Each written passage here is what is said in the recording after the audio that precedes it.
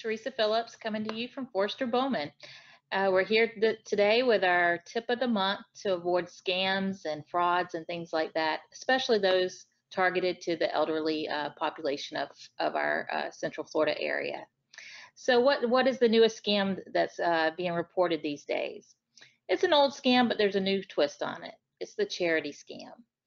How many of us have received calls soliciting donations for all kind of causes that tug our heartstrings? Veterans, seniors, cancer patients, children in need. Those are some of the best things of our society, but they also bring out some of the worst parts of our society. People who would take advantage of those that are sympathetic to these causes and attempt to scam them and take donations for fraudulent charities. The new twist is that with new technologies, they don't rely on the calls anymore. You have to be careful. There's websites, there's social media. You may have a friend that tags you in social media on something that looks legitimate, that's made its way around social media, but come to find out it's just a fraudulent charity. The calls are different too, because now they can, with spoof calls, they can call you from what looks like legitimate numbers if you check those numbers, and look a lot more credible than they used to in the past when they called you from a private number or a number that didn't match up with the charity. Additionally, websites can look legit. They can have pictures and people's information on them, but be a front for a scam.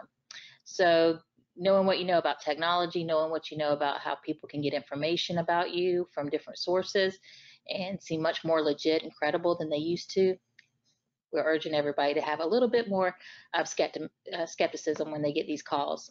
We're entering the holiday season soon, and that tends to be the time of year that these kind of scams pick up. So what we want to talk to you about today is how to avoid being scammed, what kind of questions you should look at, what are some areas that you can look into to determine if it is legit, and also where you can report if you have been a victim or there's been an attempt to defraud you based on a bad charity. So these are our tips if you get a call or if you get a solicitation to make a donation. First, ask lots of questions. Ask what the tax identification number is for that organization. Ask how long they've been tax exempt.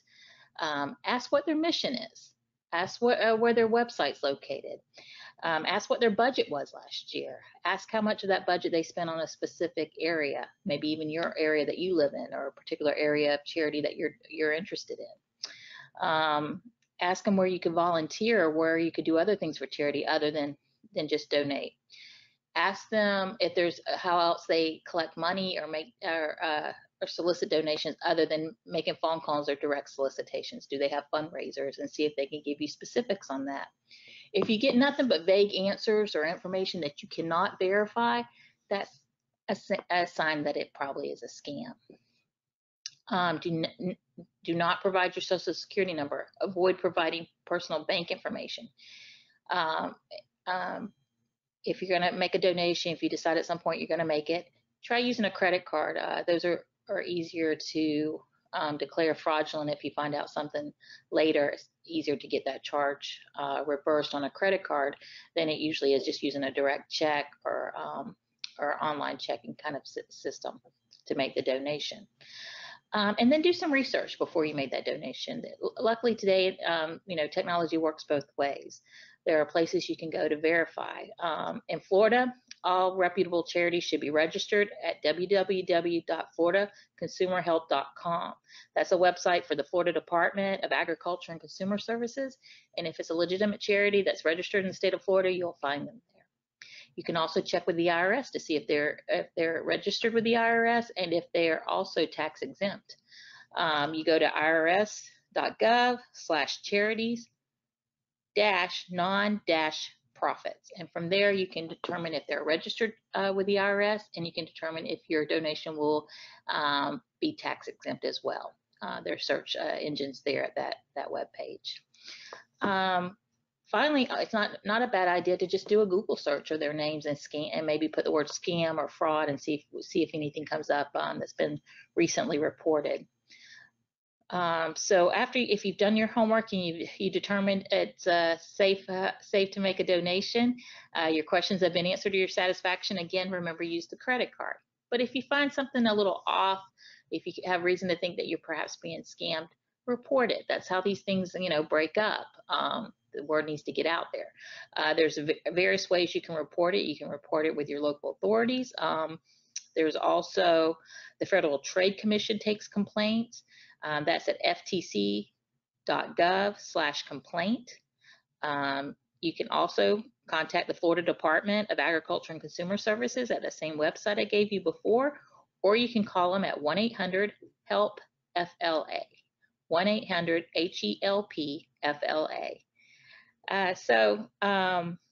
Just so you know that scams are real, and then with COVID-19 being in our lives these days, they seem to have taken up a notch because there's new charities and new ways to hide behind what appears to be good causes. So just so you know, that just one of the statistics, between January and June of 2020, the FTC took in 92,000 COVID-19 related complaints, and a lot of those were charity related complaints. People pretended to be taking donations, or doing something to help the COVID-19, provide meals for seniors, provide meals for children out of school, those kind of things. But they ended up just being scams in a lot of situations. But now that you've gotten some information, you've been informed, and you have some options and some places to look, I invite you to get into the charitable spirit and make those donations that are legit, and enjoy it, and enjoy what makes a wonderful holiday season. Again, the websites I gave you were www.floridaconsumerhelp.com, www.ftc.gov/complaint, www.irs.gov/charities-non-profits, and the number to the Florida Department of Agriculture and Consumer Services, 1-800-HELP-FLA.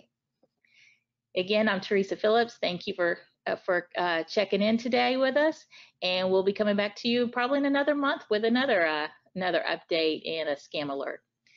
Be safe and be aware, and I look forward to talking to you soon. Thank you.